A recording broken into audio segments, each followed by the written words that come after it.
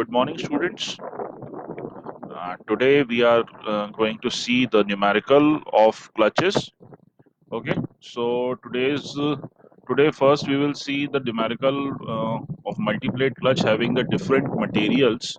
So let's start with the numerical. The numerical we are taking is question is a multiple disc clutch steel on bronze is to transmit 45 kilowatt at 750 rpm. The inner radius of the contact is 40 mm and the outer radius of contact is 70 mm. The clutch operates in oil with expected coefficient of 0.1. The average allowable pressure is 0.35 Newton per mm square. Find the total number of steel and bronze discs, the actual axial force required, the actual average pressure, and the actual maximum pressure. Now students look at this, यहाँ पे जो numerical है ये multiplet clutch का है, जिसमें कि अपने को एक कुछ प्लेट्स स्टील की हैं और कुछ प्लेट्स क्लच स्टील की प्लेट्स है, उनके ऊपर ब्रॉन्ज लगा हुआ है. सो उस बेसिस के ऊपर अपने को जो है वो प्लेट्स का डिजाइनिंग करना है. नाउ सबसे पहले अपन देख लेते हैं अपने को क्या क्या दिया हुआ है. Now we will see with the given power दिया है 4.5 kilowatt which is 4500 watts. Then speed दिया है 750 rpm. we have this power, we have the speed 750 rpm. inner radius of contact दिया है r2 40 mm, outer radius of contact दिया है r1 70 mm. coefficient of friction mu है 0.1 and average pressure है अपना 0.35 Newton per mm square. So these things are given. Now सबसे पहले अपन फाइंड आउट करेंगे कि total number of steel and bronze disc कितनी होंगी. So first we found out the total number of steel and bronze disc. Let small n is equal to number of pairs of contact surfaces. ठीक है students, अपन ने n consider कर लिया कि number of pairs of contact surfaces small n है. Now we know that torque transmitted by the clutch is T is equal to P into 60 upon 2 pi n. Power is equal to 2 pi n upon 60 होता है, तो वहां से torque के लिए अपन ने ये वाला फॉर्मूला आइडेंटिफाई कर लिया है. ठीक है, ये वाला जो फॉर्मूला है ये अपन ने टॉर्क के लिए आइडेंटिफाई कर लिया है. इसमें अपन सारी वैल्यूज रख देते हैं. पावर मेरे पास है 450, 60 as it is 2 pi and speed है मेरी 750. इसको जब मैं वर्कआउट करता हूं, इसको सॉल्व करता हूं, so I get 57.29 newton metre. 57.29 newton metre का टॉर्क मेरे को यहाँ मिल जाता है. इसको मैं न्यूटन एमएम में कन्वर्ट कर लेता हूँ. So the torque become T is equal to 57.29 into 10 to power 3 newton mm. यहाँ पे मेरे पास टॉर्क आ गया न्यूटन एमएम का. Now we will consider for uniform wear situation. From uniform wear mean radius of contact surfaces, mean radius contact surface की होती है r is equal to r1 plus r2 upon 2. ठीक है, ये अपनी मीन रेडियस हो गई. इसमें r1 r2 की वैल्यू रख दो. 70 is the r1, 40 is the r2. So that's why capital R will becomes the 55 mm. 55 mm की हमारे पास मीन रेडियस आ गई. अब जो axial average axial force required होता है, the average axial force required W is given by PAV into pi R1 square minus R2 square. ठीक है, ये अपना एवरेज एक्सियल फोर्स है जो कि W से अपन रिप्रेजेंट करते हैं. सो यहाँ पे अपन सारी वैल्यूज रख देते हैं average axial force find out करने के लिए. P एवरेज की वैल्यू अपने को दी हुई है 0.35, इनिशियली स्टार्टिंग में दी है. Pi as it is R1 square minus R2 square means 70 square minus 40 square.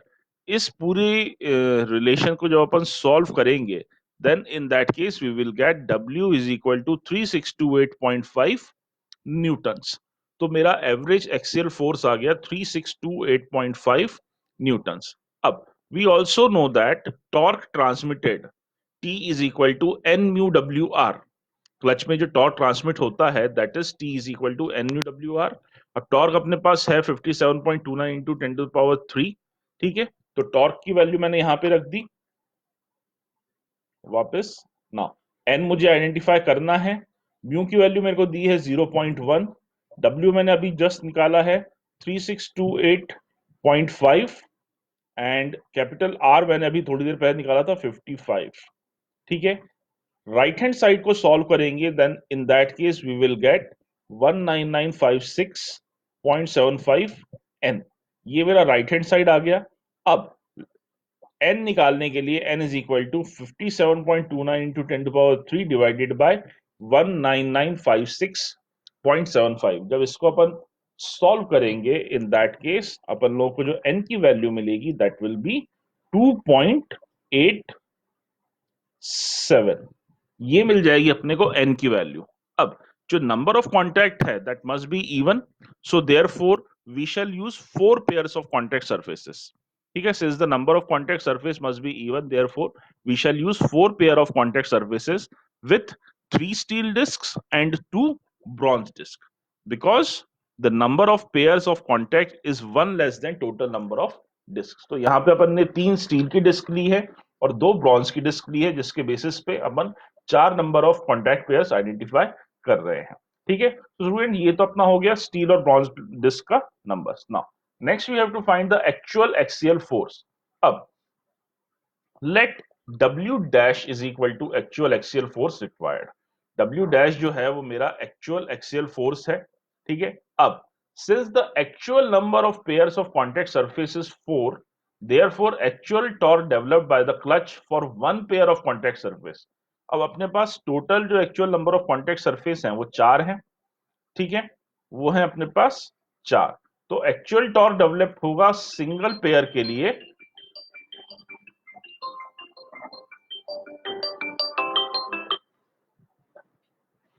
Lecture दे रहा हूं, करता हूं कॉल।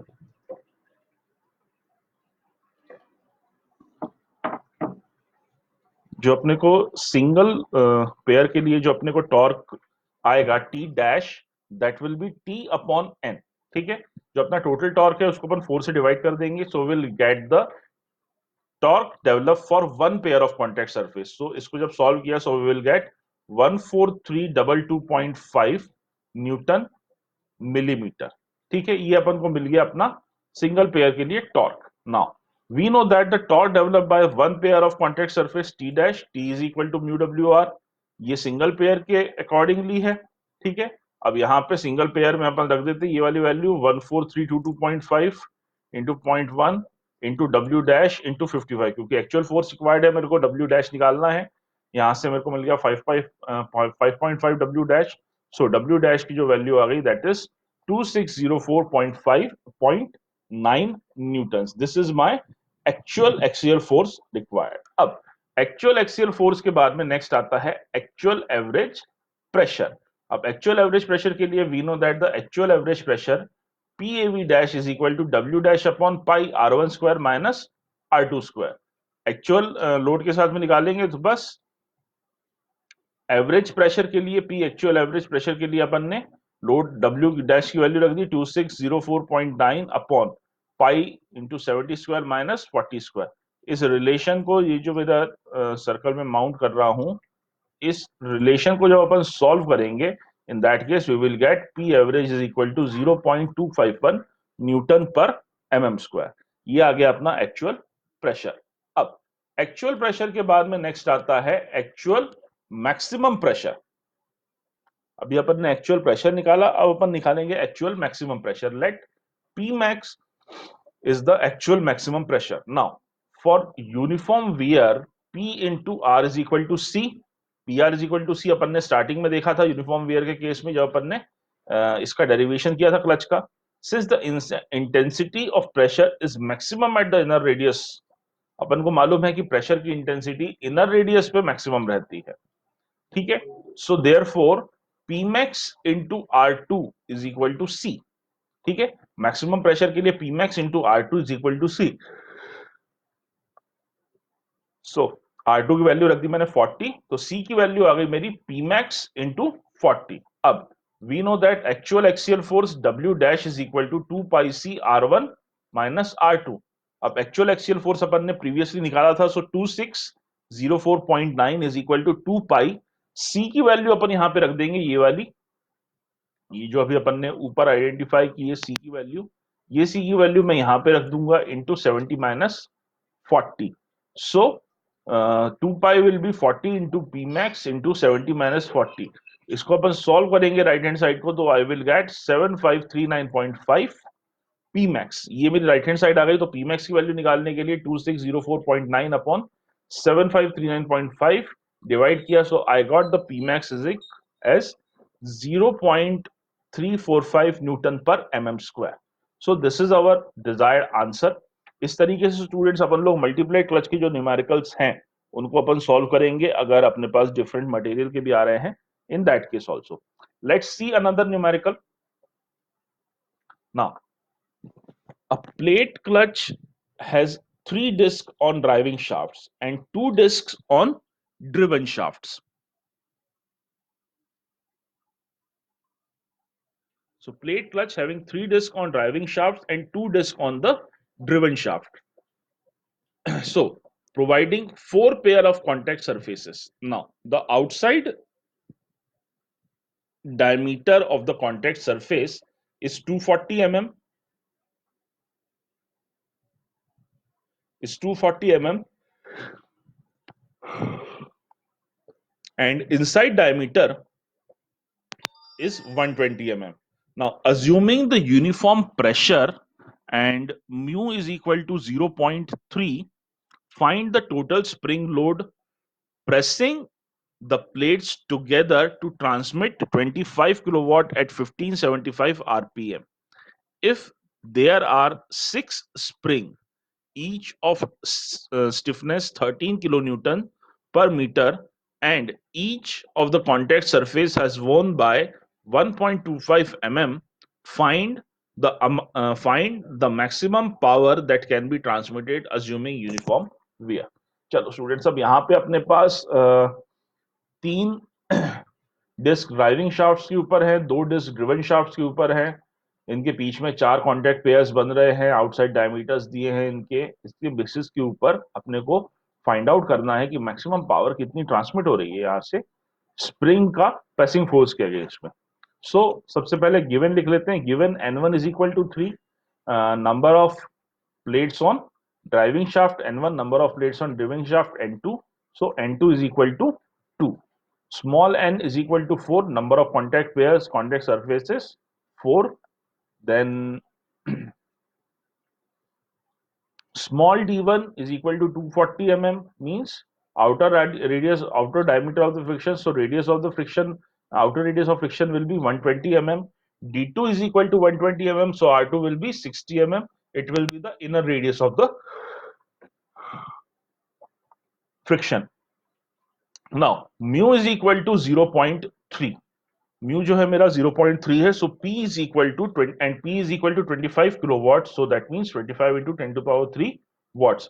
स्पीड है मेरी 1575 आरपीएम। नाउ सबसे पहले अपन फाइंड आउट करेंगे total spring load. Let W is equal to total spring load. Now we know that the total torque transmitted T is equal to P into 60 upon 2/n। Power के फॉर्मूले से अपन ने torque निकाला है, यहाँ पे अपन सारी वैल्यूज रखते हैं 25,000 into 60 upon 2 into pi into 1575। इसको जब सब पूरा सॉल्व आउट करेंगे, in that case we will get 151.5 newton metre. Now T is equal to 151.5 into 10 to power 3 newton mm। इसको अपन ने mm में कन्वर्ट कर लिया, ठीक है। Now this will becomes converted in mm। अब आगे चलते हैं।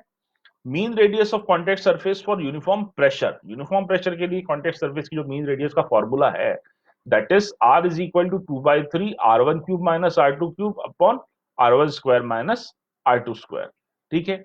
ये अपना मीन रेडियस का फॉर्मूला है यूनिफॉर्म प्रेशर के लिए। इसी में अपन सारी वैल्यूज पुट कर देते हैं।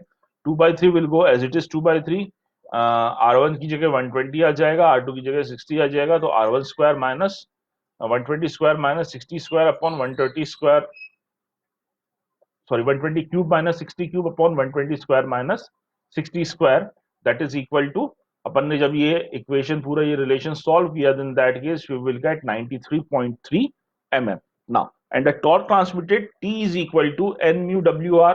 ये अपने को मालूम है, क्लच के केस में जो टॉर्क ट्रांसमिटेड होता है is equal to N mu WR। अब T अपने को दिया हुआ, अपन ने ऊपर आइडेंटिफाई कर दिया है, तो T पूरा यहाँ पे आ गया है। टॉर्क जो है मेरा 151.5 इंटू 10 पावर 3 न्यूटन mm, ये टॉर्क मेरा इधर पे आ गया है। नाउ लेट्स सी आगे क्या करना है अपने को। अब अपन इसमें सारी वैल्यूज पुट करते हैं। ठीक है, टॉर्क की जगह मैंने रख दी वैल्यू, देन एन में मैंने 4 रख दिया, गिवन है। म्यू मेरे को गिवन है 0.3 रख दिया। डब्ल्यू मुझे आइडेंटिफाई करना है और 9 मैंने अभी थोड़ी देर पहले निकाला है, सो दैट्स विल बिकम्स 93.3। इस टोटल रिलेशन को जब मैं सॉल्व करता हूँ राइट हैंड साइड को, in that case I will get 111.96 watts. So W के लिए जब मैं इसे सॉल्व करता हूं, इन दैट केस जो टोटल स्प्रिंग लोड आ रहा है, वो टोटल स्प्रिंग लोड मेरे पास मिलता है डब्ल्यू इज इक्वल टू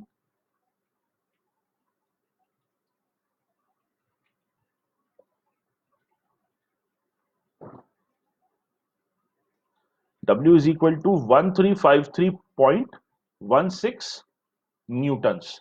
ये अपना W हो गया। ठीक है, इसी के ऊपर अपना जो है वो टोटल स्प्रिंग लोड आ गया। Now next we have to identify the maximum power transmitted. अब पावर ट्रांसमिट के लिए सबसे पहले मेरे को कितनी स्प्रिंग्स दी है वो आइडेंटिफाई करना है। So it is given that number of springs are 6।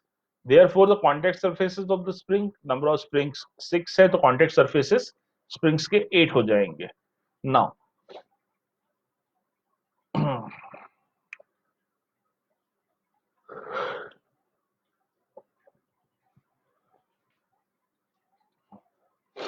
so wear on each contact surface is 1.25 mm. So total wear जो हो जाएगा अपना 8 into 1.25, that is 10 mm, or you can say 0.1 meter. Now stiffness of each spring is given by, जो अपने को हर एक stiffness दी हुई है एक स्प्रिंग की, it is 13 kilo newton. So this is 13 into 10⁻³ newton metre. Now therefore the reduction in the spring force, जो spring force में रिडक्शन आएगा, ठीक है, जो स्प्रिंग फोर्स में रिडक्शन आएगा, that will be equal to total wear into stiffness per spring into number of springs. So total wear जो है मेरा, that is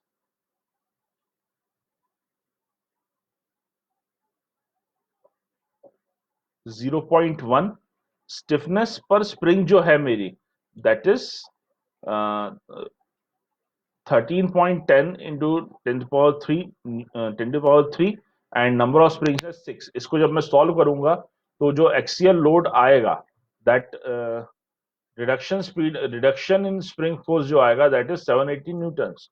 so the new axial load W will becomes axial load minus this one. So axial load है मेरा 1353.16